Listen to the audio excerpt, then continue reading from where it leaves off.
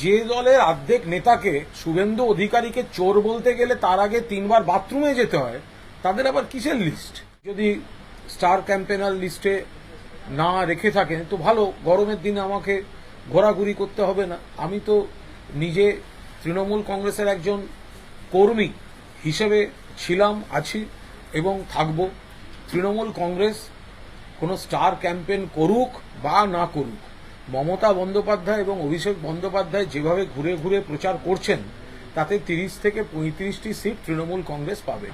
আর যদি আপনি মমতাদি আর অভিষেক বাদ দিয়ে বাকি বক্তাদের কথা বলেন, কয়েকজন সত্যিই ভালো বক্তব্য রাখেন, কিন্তু যে দলের অর্ধেক নেতাকে শুভেন্দু অধিকারীকে চোর বলতে গেলে তার আগে 3 বার বাথরুমে যেতে হয়, তাদের আবার কিসের লিস্ট?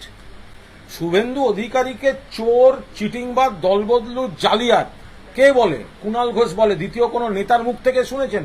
কোন নেতার মুখ থেকে শুনেছেন?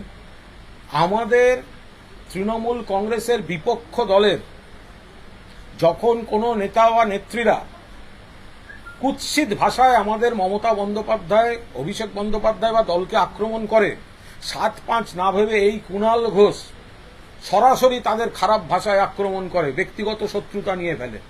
তালিকা কজন ওখানে শুভেন্দু সম্পর্কে চোর শব্দটা একটা বাইট বের করে আপনাদের দেখে নেবেন।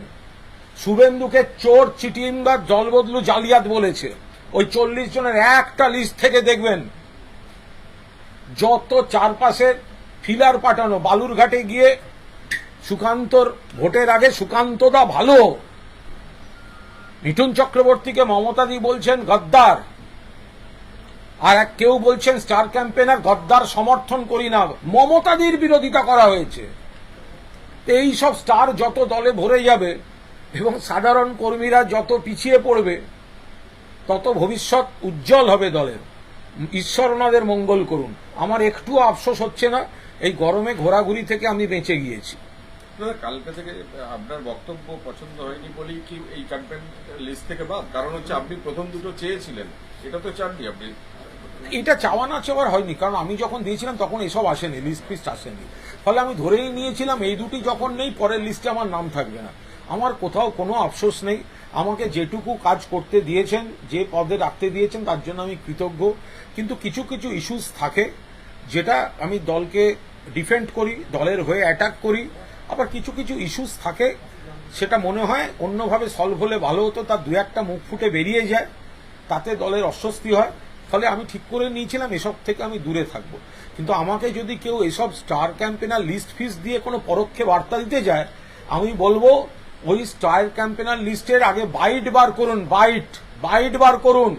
শুভেন্দু অধিকারীকে চোর, চিটিংবাজ, জালিয়াত বলেছে, এক পিসকে বার করুন।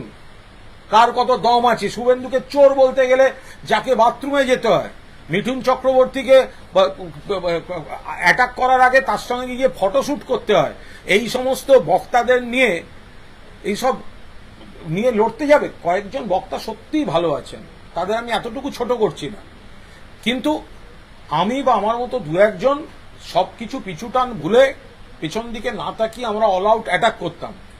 তা দলের যদি মনে হয় না এসব দরকার নেই, দল বুঝবে, যারা চালাচ্ছে তারা বুঝবে, আমার কি। Thank you. একটা অন্য প্রশ্ন, পার্থ চট্টোপাধ্যায় প্রসঙ্গে আমি আজকে আর কিছু বলছি না।